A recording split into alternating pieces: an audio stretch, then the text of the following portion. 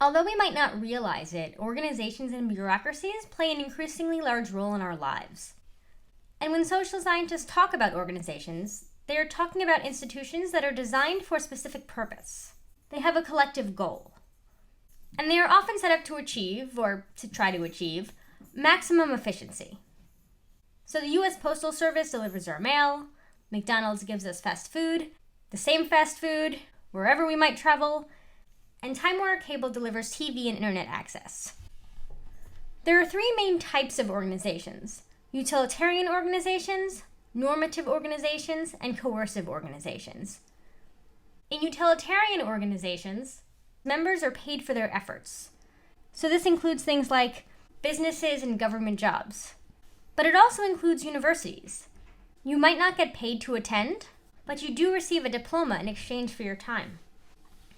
In normative organizations, members come together through shared goals. So this would include things like religious groups, or groups like MAD, Mothers Against Drunk Driving.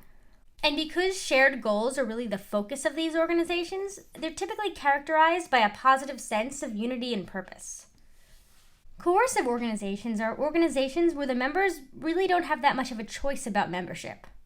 So this could include individuals in a prison who don't really have the opportunity to simply leave. But it could also include organizations like the military. You might enter voluntarily, or you could be drafted, but you need to be discharged in order to leave. And coercive organizations are often highly structured and they have very strict rules. One of the main goals of organizations is to try to achieve maximum efficiency, and they do this through bureaucracy. And this is the term that sociologists use to describe the rules, structure, and ranking that guides organizations. And this is somewhat different from the way that we talk about bureaucracy in everyday life, where it often has a really negative connotation. So, for example, when I think about the word bureaucracy, I usually think about long lines and piles of paperwork with complicated language and lots of red tape.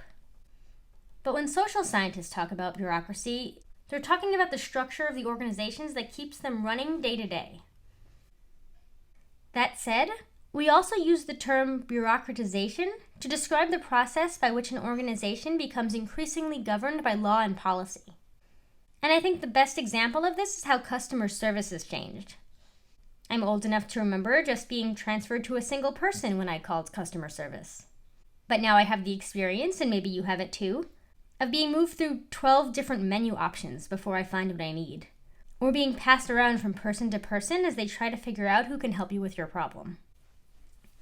And this also relates to what is referred to as the iron rule of oligarchy, which describes how even the most democratic of organizations tend to become more bureaucratic over time, until eventually they're governed by just a select few.